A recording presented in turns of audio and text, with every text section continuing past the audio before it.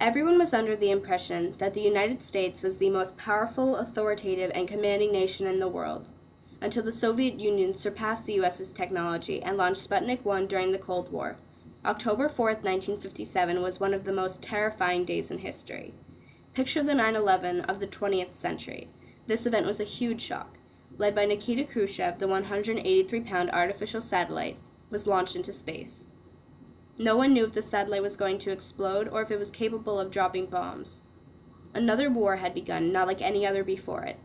Not a war of bronze, but a war of brains, the space race. The threat of nuclear destruction had instilled fear in everyone. It was unpreventable, and because the Soviet Union was the first to launch a satellite, or anything for that matter, into space, more and more people were becoming worried that the Soviets would continue with their new innovations, as well as use their technology to launch ballistic missiles and destroy the United States. Fear was imminent, but although citizens wanted to be free from fear, the launching of Sputnik created new political, military, technological, and scientific developments that were extremely beneficial to both the US and the USSR. Sputnik's creation started in 1954 when the International Council of Scientific Unions, or the ICSU, decided to embark on the tradition of the International Geophysical Year, also known as the IGY, on July 1, 1957. The IGY's purpose was to correspond with the highest point of 11-year cycle of seven-spot activity. In October of 1954, the ICSU decided to launch an artificial satellite, which would allow the U.S.'s council to map the Earth's surface. From July 1955 to September 1955, the White House made plans to set up a satellite and even chose a proposal, which was to represent the U.S. during the IGY. United States citizens were appalled and horrified when Sputnik was launched before our satellite. Compared to the 183-pound satellite the Soviets had, the U.S.'s 3.5-pound load was dreadfully microscopic.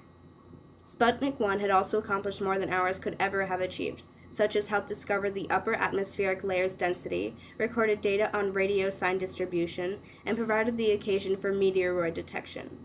Some were in awe, but the majority were humiliated and resentful. Would all of this mean that the Soviet Union was now capable of carrying over nuclear weapons from Europe to the US and harming us?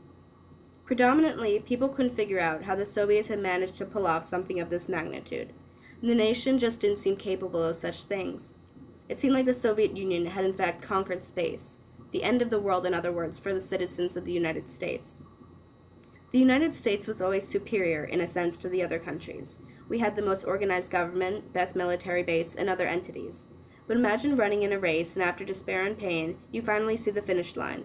And then as you're about to reach the end, another contestant from out of the blue sprints forward and finishes before you. The idea of not being number one was frightening to most people, but it was highly embarrassing. The government had essentially been bragging about its new technological advances and about the satellite they were going to launch. Unfortunately, the Soviet Union happened to beat us to the finish line. In his quest to regain control of the country, JFK even vowed that we would put a man on the moon and return him safely to Earth by the end of the century. The government was trying to come up with any excuse to show that it had not been surpassed by another nation. Failure was not an option. But then the space race raised the question of, are we trying to beat the Soviets, or are we trying to become a more sophisticated race?